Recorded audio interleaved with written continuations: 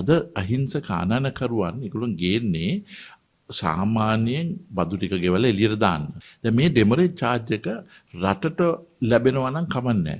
ඒ සල්ලි ප්‍රමාණය එන්නේ ඒ ටර්මිනල් ඔපරේටර්ට මිසක් රජයට සහ පොත් ඔතොරිටියට නෙමෙයි. ලංකාවේ ආනයනකරුවන්ට වැඩිපුර මුදල් ගෙවන්න වෙලා. රවිගේ අලුත්ම හෙළිදරව්ව මෙන්න.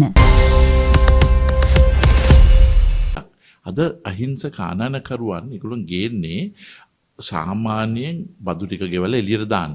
නමුත් දැන් ඒකට වෙනින් දෙයක් එකතු කරලා තියෙනවා ඩෙමරේජ් charge එකක්. දැන් මේ ඩෙමරේජ් charge එක රටට ලැබෙනවා නම් කමන්නේ. නමුත් මේක ඕනෑකාමෙන්ම අපිට පේනවා මේ කන්ටේනර් ටර්මිනල් ඔපරේටර්ස්ලට වාසිය ලැබෙනවා. ඒගොල්ලන් දවස් 3කට පස්සුව, ඒ කියන්නේ සාමාන්‍යයෙන් ෂිප්මන්ට් එකක් කරන දවස් වැඩ කරන දවස් 3ක් පාවිච්චි කරනවා.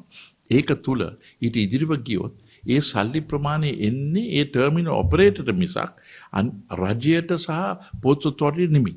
ඉතින් ඒ සම්බන්ධයෙන් මම ඉතාමත් ඕනෑකමින් ඉල්ලනවා මේ කන්ටේනර් ටර්මිනල් ඔපරේටර්ස්ලට වැඩ කරන්න පුළුවන්. අපි කිමුකෝ කස්ටම්ස් එකේ ප්‍රශ්න ඇති වෙලා තියෙනවා දේවල් සම්බන්ධයෙන්. එහෙනම් දවස් 2ක දවස් 3ක් නෙමෙයි දවස් 5ක් දෙන්න ක්ලියර් කරන්න. නැත්නම් වෙන්නේ අපේ රටේ අපේ ආනයනකරුවන් ගෙවනවා ඩෙමරේජ් එක. ඩෙමරේජ් එක ගෙවලා ඒක රටේ තිබෙන්නේ නැහැ. ඒක පිටරට වැඩ කරන SAGT CICT ඒගොල්ලොන්ගේ ගෙවන ඩෙමරේජ් එක රටින් පිට අන්තිමට එළියට යන්නේ. ඉතින් ඒ සම්බන්ධයෙන් මම හිතන්නේ රාජ්‍ය මේ සම්බන්ධයෙන් තීන්දුව ගන්න අවශ්‍යයි. ඒ වගේම කාල පරිච්ඡේදය සම්බන්ධයෙන් මීට වැඩි ඉක්මන් කරන්න වෙයි. මොකෝ ඉන්දියාව අපිට තරංගකාරී තත්ත්වයක් දෙන රටක් වශයෙන් ඒගොල්ලොන්ගේ කන්ටේනර් ටර්මිනල් දැන් දවසකින් එළියට යන්න පුළුවන්, ඇතුළට එන්න පුළුවන්. සාමාන්‍යයෙන් 0.9% කියන්නේ 0.9ක් ලෙස තමයි තියෙන්නේ.